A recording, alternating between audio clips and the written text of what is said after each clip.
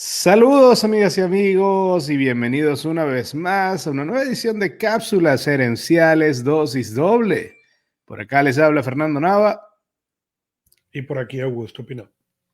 Cápsulas Herenciales Dosis Doble es la extensión de mi podcast Cápsulas Herenciales.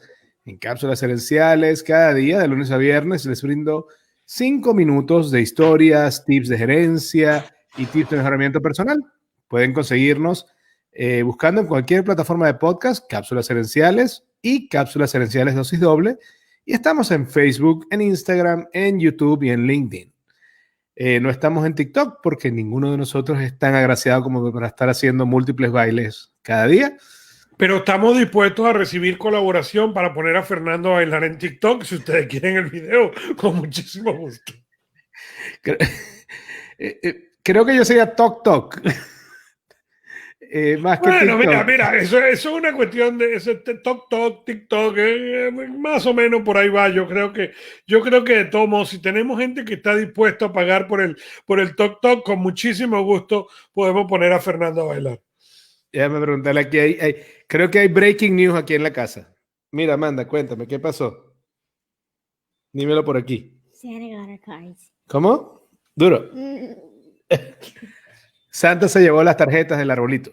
Santa se llevó la tarjeta del arbolito y dejó la petición de que Fernando hiciera el baile en TikTok. Me parece muy bien. No dañemos la plataforma. Pero bueno, aquí estamos en Cápsulas Y con Herenciales eso Dosis Doble. perdimos todos los seguidores que habíamos estado recopilando durante los últimos meses, pero bueno, ¿quién está contando?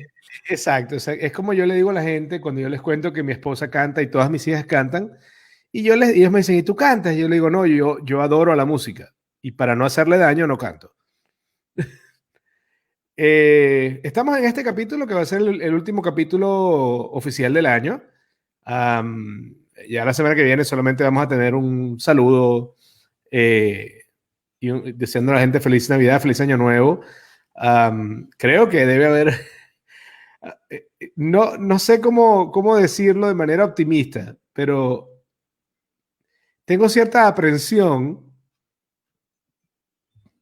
previa a decir feliz año el 31, porque el año pasado lo dije y no sé.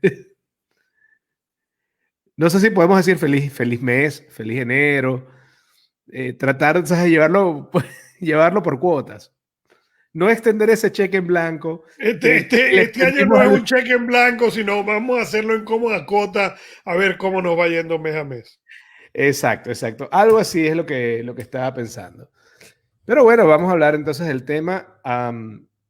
Me gusta mucho que estemos tocando este tema.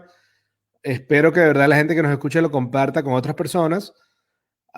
Yo sé que en Navidad, como hemos hablado antes, como hablamos cuando hicimos el capítulo aquel de marketing navideño, es una época de mucha energía emocional. Hay bastante alegría y optimismo normalmente. También hay, por supuesto, melancolía por la gente que ha emigrado, digamos, hace pocos años o hace poco incluso, y entonces ahora está pasando todavía esa sensación de no estar en casa para la Navidad. También la gente que ha perdido familiares. Y todo eso lo entiendo, pero mayormente la sensación de la gente en Navidad es una sensación, es una emoción positiva. Uh, y ya yo varias veces he hablado de que eso es muy bueno vivirlo en el momento, pero al momento de hacer los planes del año que viene, es mejor bajar un poquito no bajar el optimismo, pero ser más realista en el arranque. La meta puede seguir siendo inmensa, pero hay que estar claro dónde uno arranca y lo que uno puede hacer. Estos cuatro personajes de los que vamos a hablar hoy, estos cuatro empresarios, son cuatro empresarios que construyeron imperios y los siguen construyendo, que estas cuatro personas enfrentaron grandes dificultades. Tres de ellos les tocó vivir en su carro. Uno de ellos fue rechazado cuando pidió un préstamo por 27 bancos. Otro fue rechazado en 150 entrevistas laborales. Y lo que tienen en común los cuatro es que los cuatro tuvieron que enfrentar a gran adversidad, tuvieron que pasar por momentos de muy duros Y los cuatro, sin embargo, lograron superar esos momentos y construir una fortuna y una historia de crecimiento personal. Y estas historias me gustan mucho porque yo mismo las uso cuando me siento vulnerable o cuando siento que, oye, no logré esto, no logré aquello, o veo la cuenta y digo, no me va a alcanzar para hacer esto o aquello. En esos momentos, cuando me tropiezo con estas historias, recuerdo que por más mal que yo sienta que estoy, cuando lo comparo con lo que vivió esta gente, es nada. Y eso me hace sentir también, si ellos, estando en una situación mucho peor, pudieron salir adelante, entonces todos los demás también podemos y yo también puedo.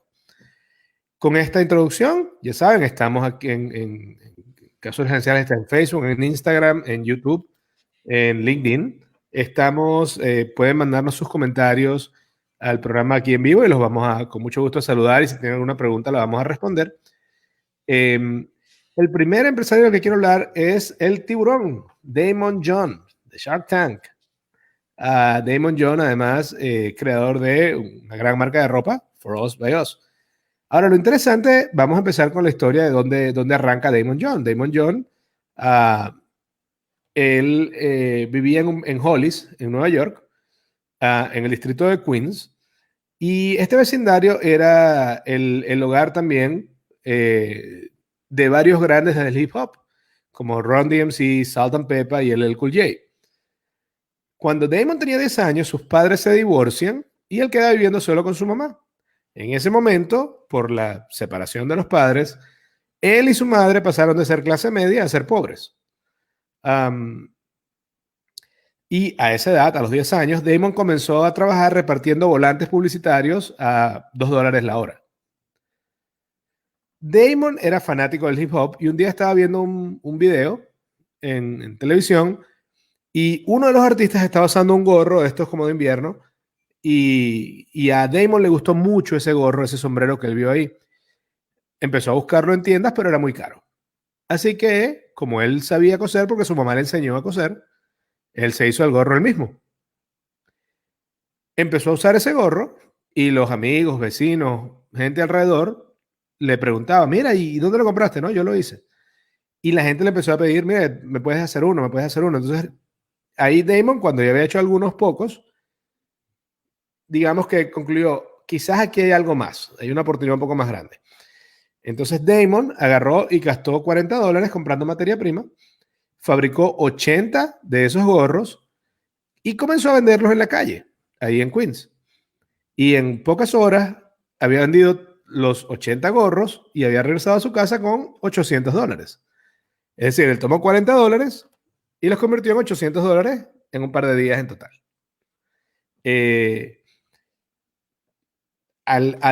Digamos, al probar esto, que es algo muy interesante, fíjate que él no saltó a, hice un gorro, haré una marca de ropa de millones de dólares.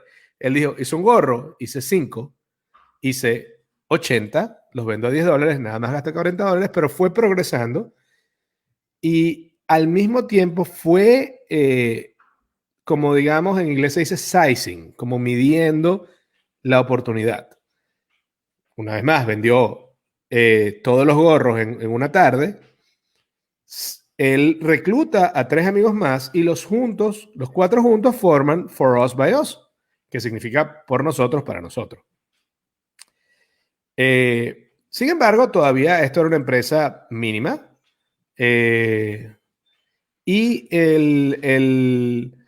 ellos no tenían dinero para grandes campañas publicitarias. Pero Damon recordaba cómo había comenzado esto. Y él decía, sí, yo empecé viendo esto en un video musical. Así que empezaron a ir a los sets de grabación donde estaban grabando los videos de hip hop para convencer a los cantantes de que usaran las franelas y los gorros que ellos hacían. Y hubo varias historias curiosas. El primer famoso que los apoya es LL Cool J, que se puso la ropa y la ropa y los accesorios de ellos y los usó en un video musical. Pero una de las cosas curiosas con esto, y Damon yo lo cuenta, y creo que el Cool J también lo cuenta en una entrevista, es que él iba a varias a varios sets a la semana y no lavaba la ropa esa todos los días. Entonces creo que era el cuye que decía, yo me la puse y eso olía horrible, pero era bonito, se la puso y bueno, eran unos empresarios de la misma zona y los ayudó. Claro, sale el cuye con eso, las ventas siguen subiendo. Y poco después había una convención de ropa de moda en Las Vegas. Otra vez, Damon John no tenía el dinero para pagar un stand, pero él sabía que tenía que estar ahí en esa convención. Así que lo que hizo fue que alquiló una habitación en el mismo hotel y hizo su propio showroom en su habitación e invitaba a la gente, a los ejecutivos, a su habitación a ver la ropa que le había hecho. Y él regresa del hotel con órdenes de compra por $300,000. Una vez más, en su instinto empresarial, evidentemente le entiende, no con sus recursos, con él mismo cosiendo y los amigos cosiendo, eso no iba a tener cómo poder hacer, fabricar la ropa y los accesorios para esas órdenes que eran $300,000. Así que se regresa, cuando vuelve a Nueva York, empieza a buscar un préstamo, lo rechazan en el primer banco, en el segundo, en el tercero, lo rechazan en total en 27 bancos. Así que él y su mamá deciden hipotecar la casa donde ellos están viviendo, usan ese dinero para comprar los equipos y el material para hacer las prendas de ropa. Y esa casa fue la primera fábrica de FUBU, de For Us By Us. Y aun cuando la marca empezó a tener como cierto renombre nacional, Damon John todavía estaba trabajando como mesonero en Red Lobster. Y pocos años después, igual ya la empresa creció, FUBU llegó a tener ventas anuales de más de $300 millones. Damon John ha escrito 2 libros, es uno de los tiburones de Shark Tank, es uno de los oradores más buscados en materia de branding, ha trabajado con Pitbull, ha trabajado con las Kardashians. Pero a mí me gusta mucho cómo él arrancó desde casi cero. Y él dice, una de las frases que más me gusta de él, porque me parece que él es un ícono del emprendimiento, una de las frases que más me gusta de Damon John es, si te pones a esperar el momento perfecto, nunca vas a arrancar. Aprovecha este momento que la vida te está regalando. Y yo quizás le agregaría y no pierdas de vista el objetivo, pero tienes que tener claro el siguiente paso. Cuando hizo un gorro, su siguiente paso era vender 5. Cuando hizo 5, su siguiente paso fue vender 10. Cuando vendió 10, su siguiente paso fue vender 80. Y ya después de eso fue, mira, mi siguiente paso es que lo use algún famoso. Y después de eso fue estar en la convención. Y después eso fue, bueno, ahora tengo que cumplir con lo que dijo la convención. Y es un punto bien importante, de vuelta. Yo como coach, es bien interesante cuando... Hay 2 cosas que son bien interesantes. Cuando trabajo con clientes que ya tienen el negocio, que el negocio está haciendo cosas, pero que sueñan con llegar a cierto lugar. Pero sueñan con la parte que ellos consideran positiva de llegar a ese lugar. Yo quiero tener la venta de $100,000 al mes, ¿ok? Pero tú entiendes lo que significa vender $100,000 al mes, el sacrificio, las horas, etcétera. Y esa es la parte que se hace muy interesante como coach, tanto a nivel de empresa como a nivel personal. No es cuál es tu sueño y cuál es tu objetivo. Esos son increíblemente válidos. Pero mi trabajo se convierte un poco en hacerte ver la otra parte de ese sueño. Porque es cierto que el sueño de poder crear una marca de ropa es increíble. Pero, por ejemplo, cuando tú empiezas con esta historia, ¿okay? Lo primero que tú dices es, Damon John sabía coser. ¿Okay? Si tú quieres sacar una tienda, una marca de ropa, lo primero que tienes que aprender es a entender cómo funciona cada detalle del negocio. No quiere decir que tú tienes que ser la mejor persona en el negocio, pero tienes que entender cómo funciona o tener gente que es parte de tu equipo, del core team, como dicen en Estados Unidos, que van a ayudarte con ese, pero tienes que entender lo positivo de lo que estás buscando y lo negativo de lo que estás buscando, porque mucha gente se enfoca en todo lo positivo y no entienden por qué no pueden llegar. Y parte de la razón es porque no están dispuestos al lado negativo. ¿Okay? Entonces, si quieren llegar a ese gran objetivo, pero solamente trabajando 4 horas a la semana. No, no, no, no. Cuando tú te vas a los dos extremos, ¿ok? Tanto al extremo donde no hay ningún recurso como al extremo donde hay recursos abundantes. Rara vez tú ves gente que tiene recursos abundantes, ¿ok? Que está creciendo esos recursos abundantes trabajando 4 horas. Esa gente trabaja 24 horas al día, 7 días a la semana. Es cierto, desde el punto de vista externo, parece, no, pero mira, van en el avión, van a vacacionar a estos sitios. Sí, sí, pero esa gente va con el laptop o el teléfono o el iPad y trabajan, piensan y resuelven problemas 24 horas al día. Entonces, como coach, para mí se convierte en algo muy importante explicarle eso al cliente y explicarle eso a la persona con la que trabajo. No es solamente la parte romántica de lo que tú estás haciendo. ¿Cuáles son las partes no románticas de lo que tú quieres lograr? Y te estás dispuesto a pagar esa parte no romántica del objetivo. Y si yo quiero llegar a producir X, bien, estás dispuesto a pagar el precio, no de la parte romántica. Sí, tú quieres producir 10 millones de dólares al año y quiero poder comer en los mejores restaurantes del mundo. Ok, esa parte no tiene problema. Estás dispuesto a pagar el precio para poder llegar ahí. Y una de las cosas que para mí es muy interesante es que esa es una pregunta que la gran mayoría de la gente no se hace, pero que es exactamente la razón por la cual tampoco llegan. Porque cuando empiezan a hacer el trabajo se dan cuenta de, no, pero espérate, son las 5 de la tarde, yo a las 5 de la tarde quiero apagar mi laptop y olvidarme del trabajo. Y la gente exitosa que yo conozco, esa no es la realidad, son 24 horas, son 12 horas, 22 horas. Es claro. ¿Ok? Claro. Entonces, cuando tú piensas en Fubu, sí, Fubu tiene una marca mundial y hoy en día él delega y delega y delega y delega, lo entiendo, pero es importante entender que a medida que tus problemas aumentan y tus ingresos aumentan y tus recursos aumentan, el tamaño del problema también. Yo recuerdo hace algunos años, ¿ok? Cuando yo me gradué de la maestría. Yo me gradué de la maestría y empiezo a trabajar y pensaba, oye, si yo pudiera ganar el doble, no tuviera problema. El problema fue que empecé a ganar el doble, pero mis ingresos subieron al doble, me casé, tuve hijos, ¿ok? Con lo cual ya el doble tampoco alcanzaba. ¿Por qué? No porque el doble no alcanzara, sino porque mi objetivo nunca estuvo claro, hasta mucho más adelante en la vida, de cuál era realmente lo que yo necesitaba para ser feliz, lo que yo necesitaba para lo que yo quería vivir, el estatus que yo quería tener, el tipo de vida que yo quería tener.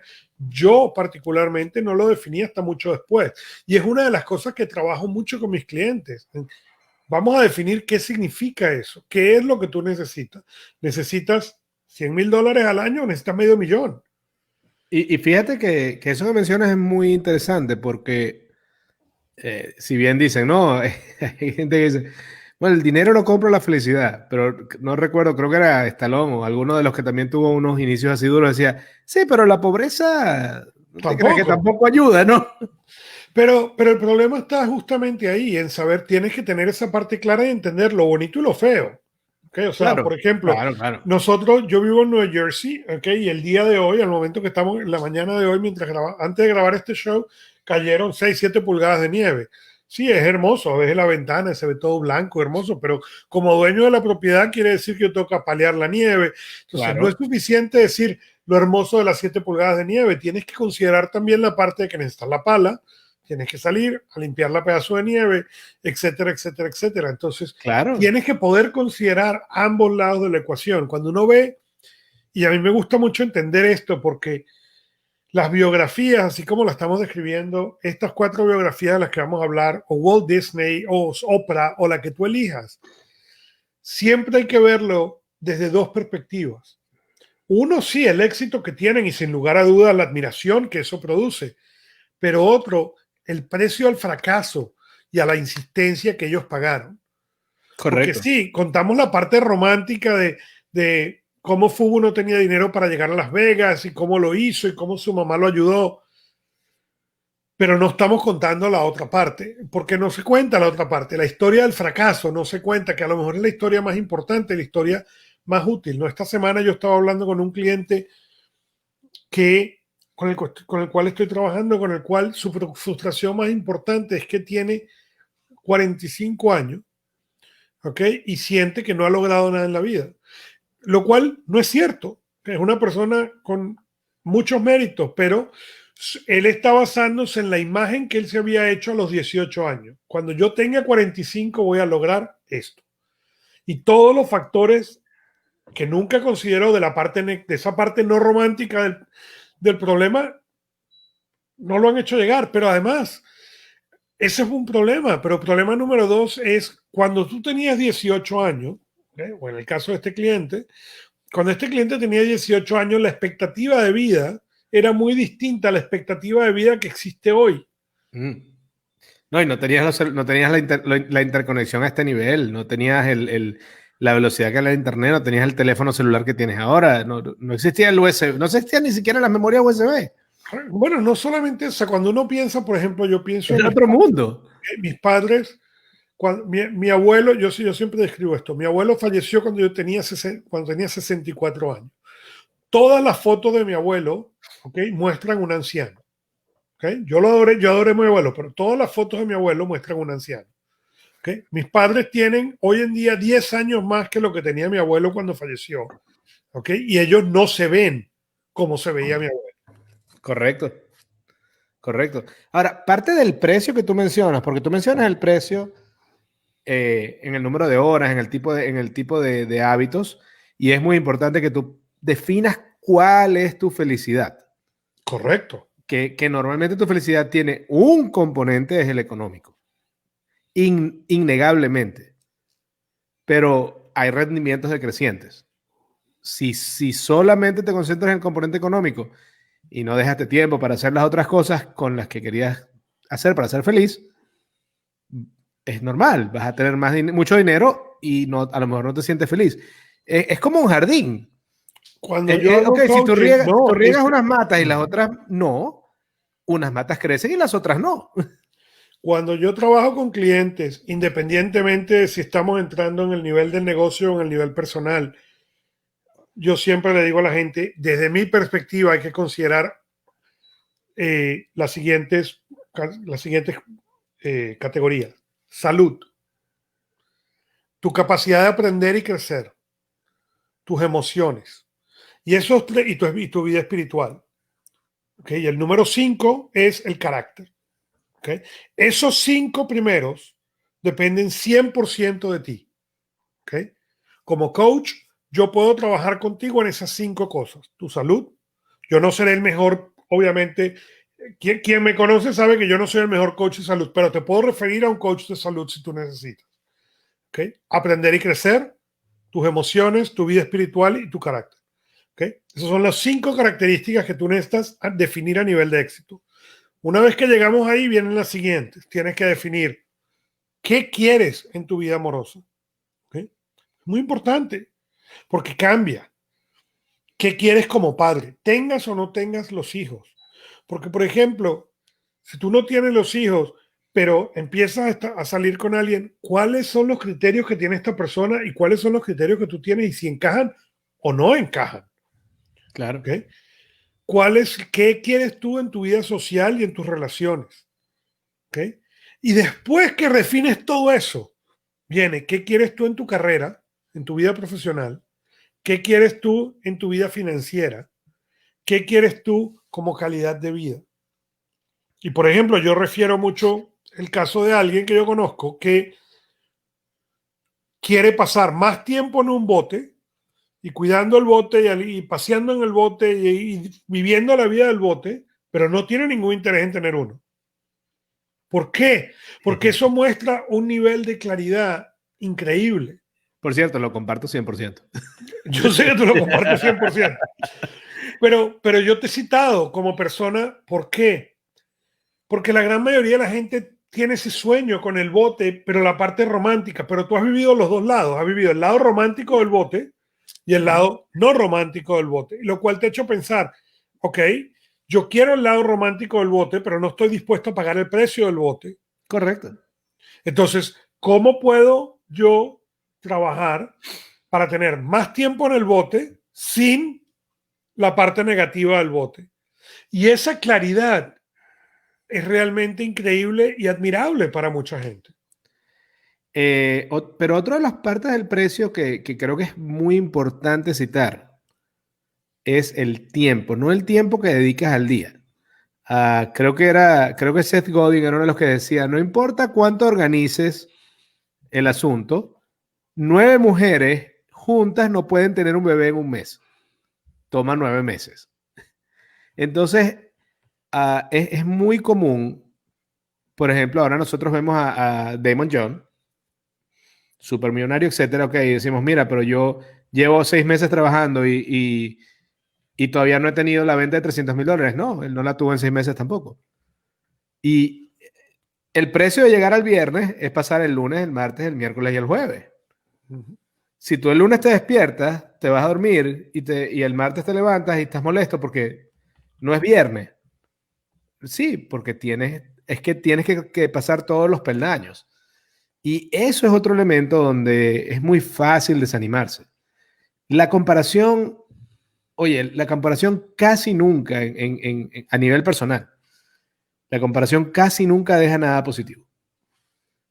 Cuando es una comparación hacia afuera, casi nunca deja nada positivo. Yo sí creo que hay que competir, hay que tratar de ser el mejor, hay que tratar de a lo mejor ganarle a los demás, pero ojo, yo por ejemplo me gusta jugar básquetbol, si yo me pongo a jugar básquetbol con varios niños de 10 años, yo les voy a ganar. Así que la competencia per se no significa que estés dando lo mejor de ti. Y por eso sí, tienes que compararte contigo, con tu versión de ayer, y tienes que compararte con la persona que viene después de ti en nivel de juego. Entonces yo no me puedo comparar con LeBron James, no me puedo comparar ni siquiera con el mejor de mi cancha aquí en Bonaire, pero me puedo comparar con aquel que en este momento está rankeado un puesto por encima de mí. Y así puedo ir avanzando. Pero ese elemento del tiempo, de decir, aquí estamos en el programa 11, si mal no recuerdo, 11 o 12, no más. 12. Ok, no, si en este momento digamos, mi criterio de evaluación del programa fuera, ok, tengo 1000 downloads, no, soy un fracaso. No, mi meta ahorita no puede ser tener 1000 downloads, mi meta tiene que ser tener 40, 30, los que toquen en este momento. Interesante que tú mencionas eso. Cuando yo escribí este libro se publicó en el 2012 y si Dios quiere la segunda edición sale en el 2021. A mí me preguntaban mucho eso, ¿cuál es tu objetivo con este libro? Y yo siempre decía, ayudar a una persona. Si yo logro ayudar a una persona, este proyecto fue un éxito. Y mucha gente me decía, pero con una persona no vas a tener éxito. Y le digo, no, tú estás equivocado. Yo no estoy diciendo vender un libro. Yo estoy diciendo ayudar a una persona. ¿Okay? Yo he tenido la suerte desde que este libro se publicó de que ha ayudado más de una persona. Con lo cual ha sido un proyecto más exitoso de lo que yo originalmente pensé. Pero los proyectos no siempre, y no digo que el dinero no es un elemento, que el dinero es un elemento importantísimo, pero el objetivo no siempre puede ser dólares y signos. ¿Okay? Por ejemplo, yo sé que este libro se ha leído en Japón, yo sé que este libro se ha leído en Polonia, yo sé que este libro se ha leído en Singapur. ¿Okay? ¿Por qué? Porque he recibido los emails de la gente que lo ha leído. Claro. ¿Okay? Entonces, el elemento financiero es importante, sin duda alguna, pero no podemos perder el objetivo de los otros elementos. Cuando tú agarras cualquiera de estos 4 ejemplos que vamos a hablar hoy, Fubu, Jean Paul de Gloria, cualquiera, una de las cosas que descubres Sí, el dinero era importante, pero nunca fue el único objetivo. Correcto. Y esa parte cambia cómo tú afrontas el proyecto. Bueno, y es que alguien que decía precisamente algo lo que tú estás diciendo, decía, ¿cuántos millones de dólares tenía en su cuenta al morir la Madre Teresa? No, no tenía. Ah, entonces no fue exitosa. Yo creo que es muy importante que sea cual sea la medición que vayamos a usar de éxito, sea nuestra. Porque si tú si tú te pones una medida externa a ti, puedes llegar a cumplirla y como dices tú, que el éxito te sepa fracaso. Porque no era una medición que fuera basada en ti mismo, en lo que te importaba a ti. Correcto. Y es importante entender, hay gente para la cual ese número en el banco o en sus assets es lo que importa. Maravilloso. Si lo que único que para ti te importa es el número de ceros, eso es un objetivo 100% válido. Correcto. El problema es cuando tu objetivo no es el número de ceros, pero lo que estás persiguiendo es el número de ceros. Volviendo nuevamente al ejemplo del barco, si tu objetivo es pasar tiempo en el barco, pero tú no quieres tener barco, y lo que tienes son 5 barcos, fallaste en el objetivo. No importa que ahora te Claro. pasaste todo el día en el barco, fallaste en el objetivo. Claro. Saludos, acá está nuestra superfan, Esperanza, conectada aquí, mi mamá. Muchos saludos por allá. Muchas gracias, señora Esperanza, por acompañarnos una semana más. Estamos hablando entonces de 4 empresarios que pasaron de la pobreza a la riqueza. Y curiosamente, con todos los, digamos, obstáculos que superó Damon John, creo que él fue el que pasó menos roncha. Entonces vamos ahora con Chris Al menos Garner. el que públicamente pasó menos roncha. Ya vas a ver por qué te lo digo. Vamos ahora, bueno, recuerden que estamos aquí en Cápsulas Gerenciales Dosis Doble. Pueden conseguirnos en Cápsulas Gerenciales o en Cápsulas Gerenciales Dosis Doble en su plataforma de podcast favorita, Apple, Spotify, Google Podcasts, etc. Y estamos también en Instagram, estamos en Facebook, estamos en LinkedIn, estamos en YouTube. Vamos ahora a hablar de Chris Garner. Chris Garner, inmortalizado su historia en la película En Busca de la Felicidad, con Will Smith. Quizás el más conocido, quizás aquel cuya historia es más conocida de estos 4, precisamente porque hay toda una película alrededor de su historia. Chris Garner nunca conoció a su padre biológico. Él fue criado por su mamá y su padrastro, que era un alcohólico abusivo. Él dice que ya cuando él tenía 5 años sabía que cuando él creciera quería ser lo opuesto a su padrastro.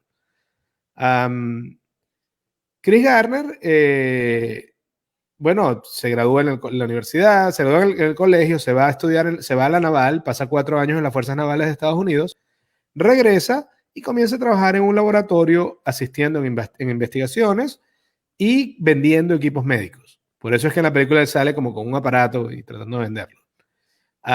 Pero el trabajo no le estaba dando mucho dinero y esto lo preocupaba a él porque ya tenía un hijo. Un día, Chris iba saliendo de una venta en un hospital cuando vio a un tipo vestido de traje en un Ferrari rojo y él, digamos, esta imagen de abundancia lo impresionó y él se le acercó al tipo y le dijo, mira, cuéntame qué trabajas tú. Y él le dijo, yo soy corredor de bolsa, su nombre es Bob Bridges, se conocen. Él le dice, yo también quiero aprender esto. Bob Bridges funciona como su mentor y le presenta a otras personas. Y ahí es cuando Chris Garner logra conseguir entrar en una firma, pero en una posición de aprendizaje, en una especie de pasantía no pagada. Y él necesitaba, o sea, él no tenía plata, pues él ganaba, en ese momento él ganaba entre 300 y 400 dólares al mes, lo cual significaba que por varios meses, casi un año, él tenía que decir o pago alquiler o pago comida. Y esto evidentemente terminó ocasionando que él fuera desalojado. Y le tocó pasar casi un año a él y a su hijo viviendo en casas de cuido, en parques, en aeropuertos e incluso, tal como lo dice la película, a veces durmiendo en el baño de la estación de trenes. Finalmente, casi después de un año, una iglesia metodista les dijo, mira, quédense a vivir aquí en la rectoría hasta que la cosa mejore. Durante ese tiempo, Chris Garner siguió en su posición de pasante, empujando, aprendiendo, etcétera, hasta que sencillamente le dan el trabajo porque era el mejor de su grupo. A partir de ahí trabaja en la empresa varios años, hace su propia empresa, crea su propia firma de inversiones, amasa una fortuna de varios millones de dólares y además ha donado varios millones de dólares a causas benéficas, orfanatos en Sudáfrica, misiones de ayuda en Estados Unidos, y a la iglesia que lo ayudó le dio cientos de miles de dólares también. Y bueno, él tiene una frase que también me gusta mucho, que es comienza donde estás. Y es donde yo creo que si uno tiene claro dónde está y comienza ahí, el nivel de frustración potencial es mucho menor. Y bueno, yo creo que Chris Garner tiene razón. No importa cuál sea tu sueño o tu meta, para llegar a ese sitio tienes que arrancar donde estás y perseverar. No, nunca hay garantía de que sea fácil, ni siquiera hay garantía de que llegue. Pero lo que sí es seguro es que esa aventura vale la pena el esfuerzo. Mira, yo como tú sabes, hago parte del coaching que hago es con equipos de venta. Fue como yo empecé mi carrera como vendedor. Yo siempre le digo a la gente en ventas, tu respuesta es no. Y si no preguntas, la respuesta es no. Y sin, entonces siempre que puedes preguntar, porque la peor respuesta es exactamente lo que tienes. Y yo cuento, de vuelta, volviendo a citar el libro, yo cuento esta historia, cuando empezando en mi carrera, yo empiezo a trabajar en esta compañía y llego a la empresa, me contratan para cierto trabajo y no me dan oficina. Y digo yo, no, yo necesito una oficina con puerta. Y entonces me dicen, no, mira, aquí a tu nivel no hay puerta. Ok, entonces quiere decir que mi próximo objetivo es conseguir una puerta. Correcto. Eh, yo fui, mi jefe, hablé con el jefe de mi jefe, y yo necesito una puerta. Ustedes me están pidiendo a mí que yo haga esto, yo voy a estar, el ruido, yo no puedo sentarme a hablar con todos estos clientes con todo este ruido alrededor. Bueno, empezamos a trabajar y 7 meses después yo tenía una puerta. ¿Okay? Y mucha gente me decía, bueno, pero es que ahora tienes un closet. Le digo, no, un closet no, tengo una puerta. Mi oficina no tendría ventanas, pero tenía puerta, que era al fin y al cabo lo que yo quería. Correcto. Y esa es la parte importante. ¿Cuáles son las cosas? Ahora, esa puerta no fue gratis. O sea, claro, cuando yo cuento la historia, yo cuento la parte de vuelta, la parte romántica, ¿ok? 7 meses después yo tenía puerta, ¿ok? La Sí, parte no pero la romántica, pregunta es cada día. La pregunta es el día que no se pudo, al día siguiente que no se pudo, al día siguiente que no se pudo, a las 2 semanas donde todavía no tenías puerta, a las 3 semanas donde no tenías puerta y seguir haciendo el trabajo aun cuando todavía no estuviera la puerta.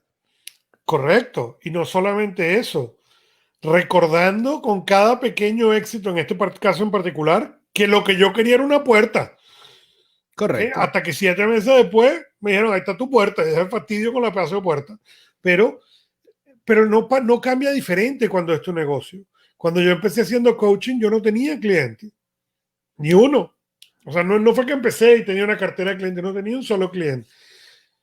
Ni siquiera sabía si podía ser bueno en lo que yo hacía. Y yo cuento la historia.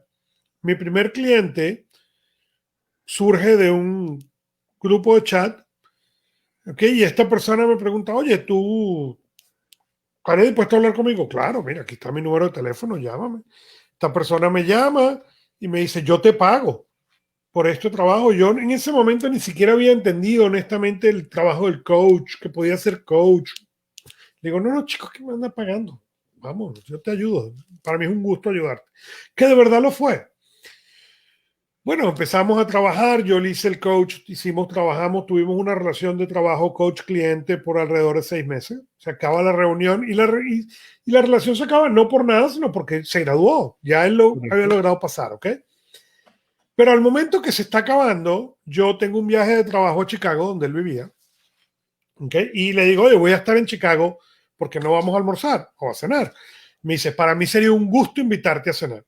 Entonces yo le digo, elige el restaurante, me da exactamente lo mismo, y él le dije este restaurante muy elegante en Chicago, con lo cual me puso en el problema de que yo tuve que buscar una corbata para ir a esa cena, que yo no llevaba con corbata en en el momento de mi trabajo. Bueno, no importa, llego a mi restaurante a cenar, no sé qué, nos sentamos, nos conocemos por primera vez en persona. Esto es mucho antes del Zoom y la llamada de videoconferencia. En esa época era el teléfono ya, ¿ok? Y me entrega su tarjeta de presentación. Y cuando yo cojo su tarjeta de presentación decía director senior de Capgemini. Ok, ok. Está bien, sí. Convenía que te hubiese jugado la corbata. Ok. Para la gente que nos escucha, que no sabe quién es Capgemini, Capgemini es una de las consultoras más grandes del mundo. Siguen siendo. Ok. Pero para mí yo nunca entendí ni quién era, o sea, para ser honesto. Y nos hicimos muy amigos después de eso, hasta que él falleció. Nos conseguíamos conversando y todo. Una persona y él fue justamente quien me dijo, porque conversando esa noche, él me dijo, es que tú eres uno de los mejores coaches que yo he tenido. Y yo me le quedé viendo así y le dije que yo no soy un coach. Me dice, no, tú eres un coach. ¿Okay? Y él fue quien me explicó a mí lo que yo no sabía de ser un coach. ¿Okay? Y fue la persona que me dio la indicación de por dónde enfocar lo que yo realmente quería hacer. No por nada, sino porque yo no lo sabía. Desde el país donde yo venía, la educación donde yo tenía, toda esa parte de la figura del coach, yo nunca la conocí, hasta mucho después. Es correcto. Entonces, no sabes quién te puede dar esa mano que puede cambiar tu negocio radicalmente y para siempre. Hay algo que tú mencionaste que quiero hacer bastante hincapié en eso, antes de pasar a la siguiente historia. Es que tú dices que tú le dices al vendedor, tú arrancas en no. Y tu respuesta, en peor de los casos, es no. Que es donde ya estás. Sin embargo, hay un miedo atávico al rechazo. Cuando estamos vendiendo, le tenemos mucho miedo a que la gente diga no. Pero es que si no preguntamos, la respuesta es no. No estás perdiendo nada, estás en el mismo sitio donde estabas al principio. Pero eso es algo que la gran mayoría de la gente no entiende. Si yo te digo en este momento, por ejemplo, como yo mencioné, cuando tú me invitaste a este proyecto, ¿okay? Tú me invitaste a este proyecto porque yo te ofrecí la ayuda de arreglar el otra parte. Correcto. ¿Okay? Pero si yo no te hubiera ofrecido la ayuda o tú no hubieras puesto, que yo no sé, cuando yo te pregunté por qué no hay podcast, tú me hubieras dicho, porque a mí no me interesa el podcast, en vez de decirme porque no las razones que sea, porque no sé, ¿ok? Este proyecto nunca hubiera existido, cápsulas gerenciales nunca hubiera llegado al podcast, ¿ok? Entonces, esas preguntas son realmente importantes y cuando yo trabajo con los clientes y ven esas historias y ven de pobre a rico, no es que yo quiero como eso, sí, pero tú quieres, ¿qué es la parte que tú quieres? ¿La parte romántica de lo que estás viendo o estás dispuesto a pagar el precio para poder llegar ahí? Correcto. Y hablando precisamente de las historias, esto es Cápsulas Herenciales Dosis Doble. Pueden conseguirnos en Instagram, en Facebook, en YouTube y en LinkedIn, donde posteamos contenido semanalmente. También pues pueden buscarnos en su plataforma de podcast favorita, como Cápsulas Herenciales y Cápsulas Herenciales Dosis Doble. Hoy estamos hablando de 4 historias de empresarios que llegaron de pobres a millonarios, superando grandes dificultades, pero en el camino superándose a ellos también mismos cada vez más, haciéndolo mejor y logrando unos imperios, logrando sus metas económicas, pero además un elemento curioso es que todos ellos de una u otra manera superaron esa meta económica, no solo en el sentido de la cantidad de dinero. Cuando hablamos de Damon John, más allá de lo que le haga en beneficencia, una de sus metas era ayudar a otras personas a ser mejores en materia de branding y de negocios. Hizo 2 libros, tiene una empresa de eso, y el mismo Shark Tank es un programa educativo para el que quiera ser emprendedor. Así que eso es parte de lo que él ha hecho para ayudar. Chris Garner ha ayudado literalmente donando millones y millones de dólares a diferentes causas. Vamos a hablar ahora del tercer caso. El tercer ejemplo se llama John Paul de Joria. John Paul de Lloria es uno de los fundadores de la marca de productos para el cabello Paul Mitchell. John Paul de Lloria nace de padres inmigrantes en el 44. Cuando él tiene 2 años, sus padres se divorcian y él y su hermano quedan viviendo con la mamá. John tenía 9 años cuando comenzó a vender tarjetas de Navidad y periódicos para ayudar a mantener a su mamá y a su hermano. Cuando tenía 22 años de edad, su esposa, él se había casado, su esposa lo abandona y lo deja a él solo con su hijo de 2 años. Además, la esposa se había estado agarrando el dinero del alquiler y no había pagado el alquiler. Así que se va la esposa un lunes y el miércoles botan a John Paul de Lloria y su hijo de 2 años de la casa y quedan viviendo en la calle. Un amigo les prestó un automóvil usado que les sirvió de casa por varios meses hasta que otro amigo les dijo que podían quedarse en su sofá. Mientras tanto, John Paul de Lloria empezó a trabajar en varias áreas, fue animador de eventos musicales. Es de este tipo de personas que tú te das cuenta que tiene la energía para agarrar todas estas adversidades y probar todo lo que puedan probar para salir de ellas. El tipo fue animador de eventos musicales, vendedor de seguros y vendedor de enciclopedias puerta a puerta. Y esas últimas dos cosas, vendedor de seguros y vendedor de seguros de enciclopedias puerta a puerta, tienen un altísimo nivel de rechazo. Es decir, te van a decir 95 no por cada 3 sí, más o menos. Pero bueno, él siguió creciendo en su capacidad como vendedor y consigue trabajo en una empresa llamada Redken Laboratories, que hacía productos para el cabello. Por su experiencia como animador musical, vendedor de seguros y vendedor de enciclopedias, él había aprendido a ser vendedor. Así que sus técnicas de venta ayudaron a la empresa a aumentar sus ventas en 50% en un año. Pero igual, la empresa lo bota. En 1980, él toma un préstamo de $700 y junto al estilista Paul Mitchell fundan la empresa John Paul Mitchell. Cuando él y su socio, ellos arrancan los productos, ellos nunca le vendían al consumidor final.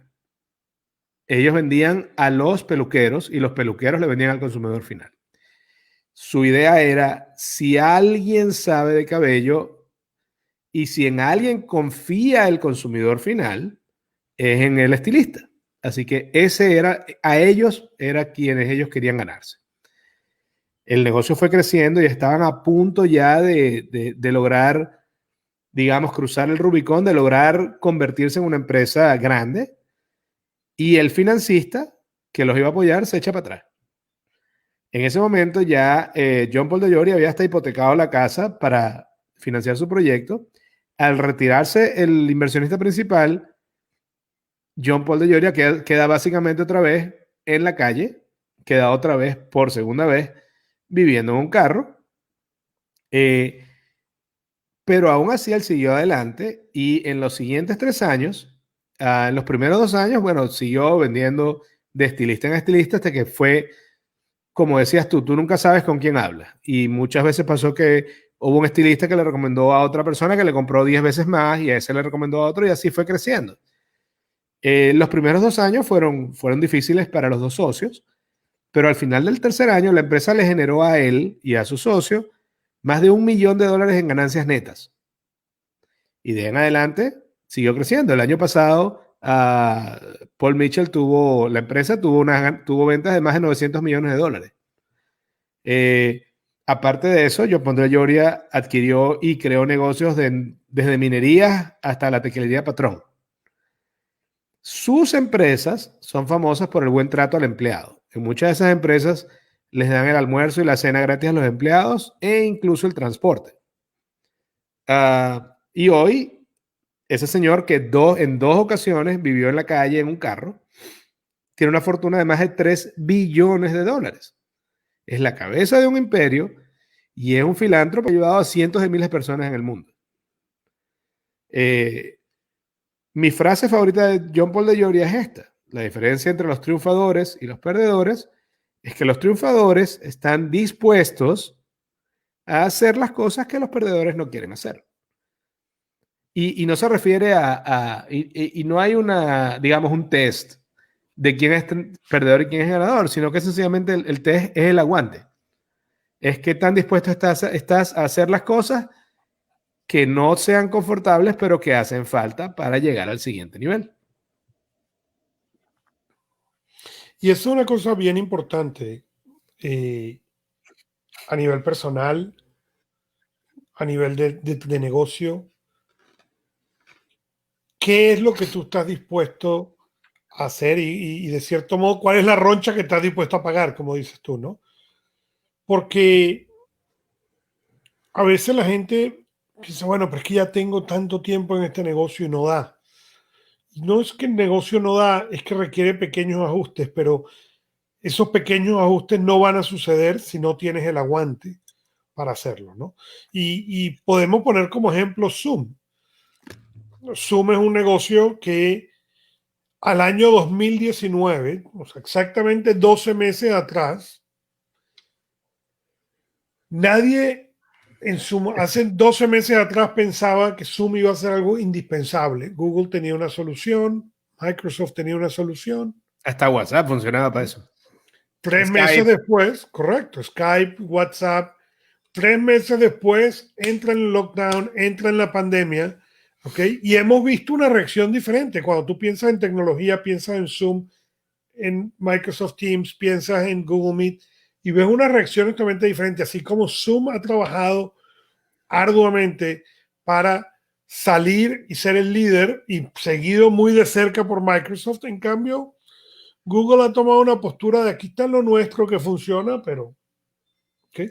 Y lo dice una persona que trabaja en Zoom, porque trabaja con Google, porque mi compañía trabaja con Google y usamos más Google Meet que otra cosa, pero entiendo que cuando yo voy a las reuniones en Zoom, Zoom funciona mejor.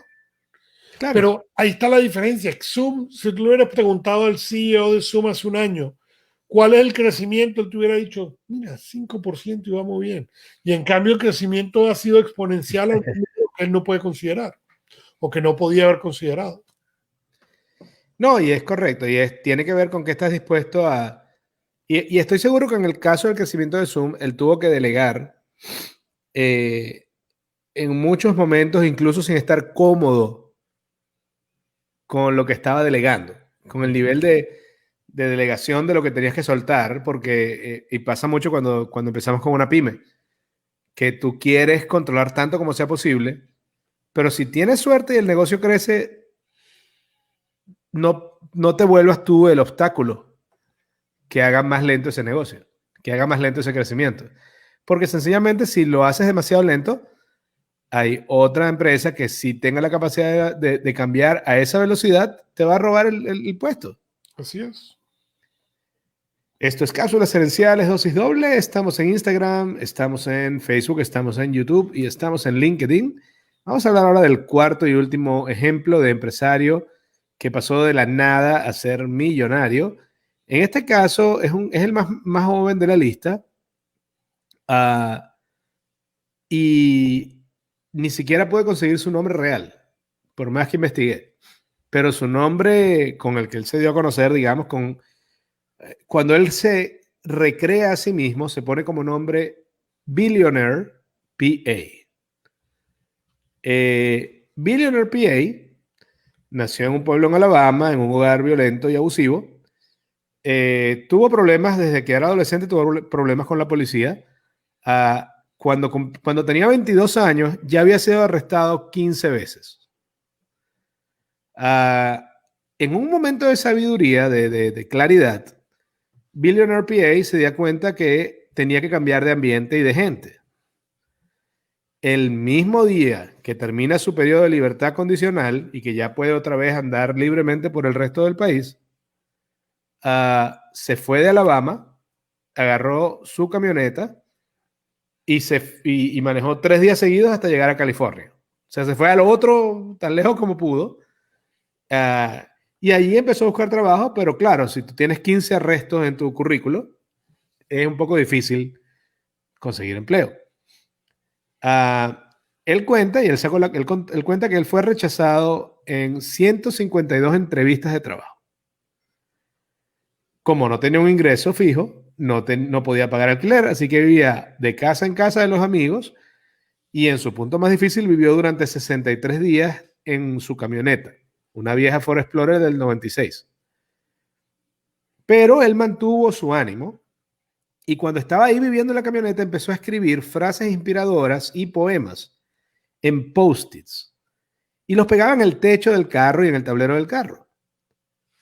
Cuando ya tenía cientos de estas frases y poemas, dijo, mira, voy a poner alguna de ellas en unas camisas a ver si las puedo vender. Empezó a lavar carros y a hacer trabajos pequeños hasta que reunió lo suficiente para poder imprimir algunas camisas. Las comenzó a vender en la calle. En 3 meses había vendido más de 5,000.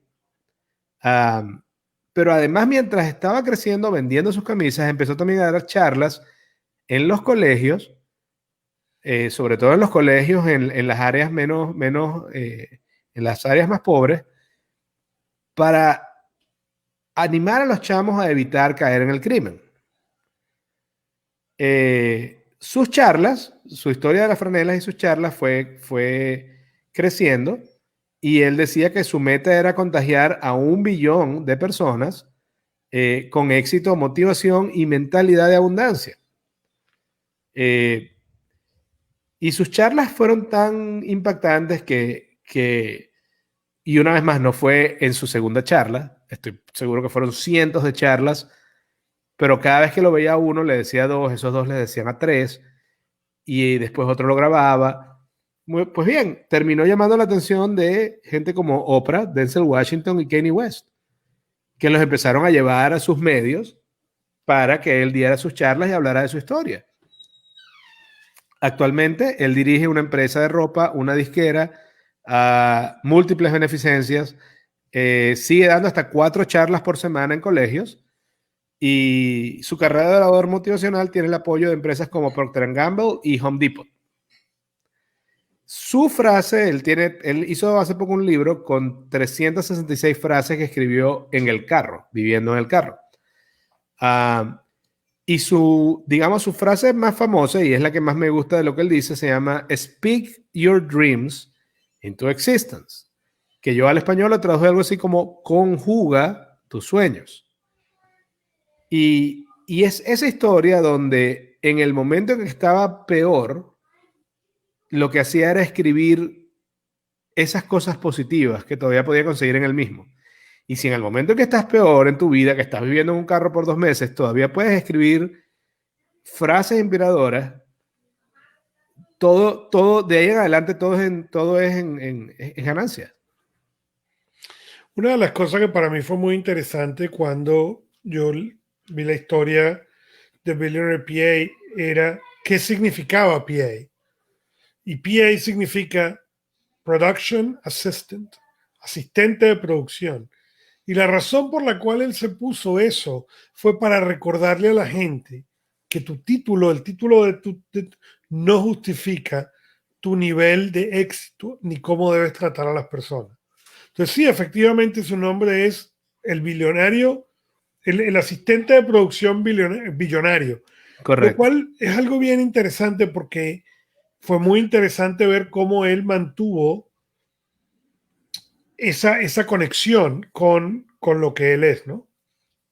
Y una vez más, fíjate que él, y cuando ves las charlas, lo ves en internet, etcétera,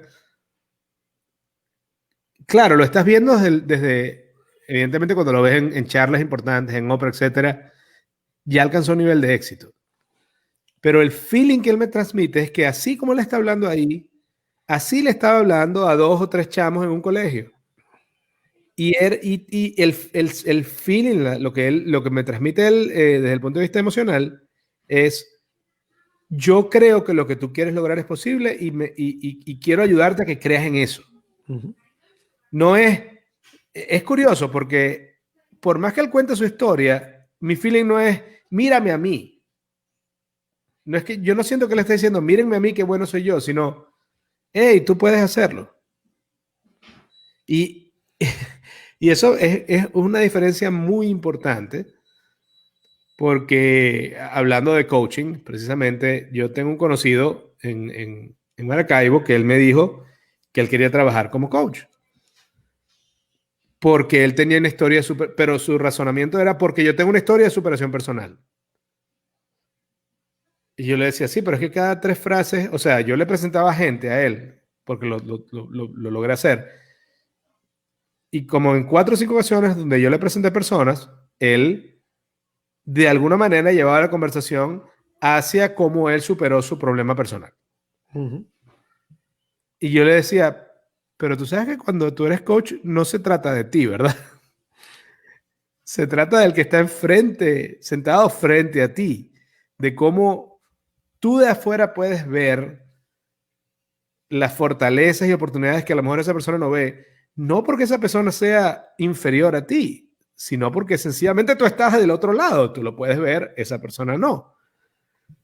Y yo le decía, no entiendo muy bien, porque yo le decía, cada vez que yo te he presentado a alguien nuevo, de alguna u otra manera tú terminas hablando 45 minutos acerca de lo chévere que eres tú. No entiendo cómo eso ayuda a esa persona. Sin embargo, Billionaire PA, cuando él te cuenta la historia, yo siento que él no está haciéndolo acerca de él, sino que te sigue diciendo como, sí, yo pasé por eso, pero lo importante es que tú creas.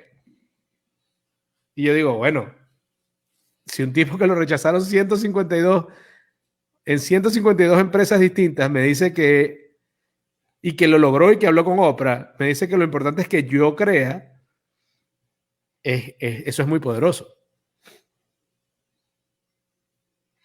Y eso es una de las cosas interesantes. De vuelta, volvemos al ejemplo de qué es lo que tú quieres lograr. ¿Cuál es el impacto que tú sueñas con lograr, ¿no? Y en ese caso en particular, sin conocer a la persona, diría, no, lo que tú quieres es escribir un libro y contar tu historia, lo cual es perfectamente válido Válido. y excelente, pero ese no es el trabajo del coach. Y el trabajo del coach es poderle decir a la persona o lo que no están viendo o lo que no tienen capacidad de ver y ayudarlos a que lo vean, ¿no? Y es un trabajo complejo. No, que estoy seguro que en tu caso, porque tú lo has hecho, implica a veces decir cosas que la gente no quiere oír.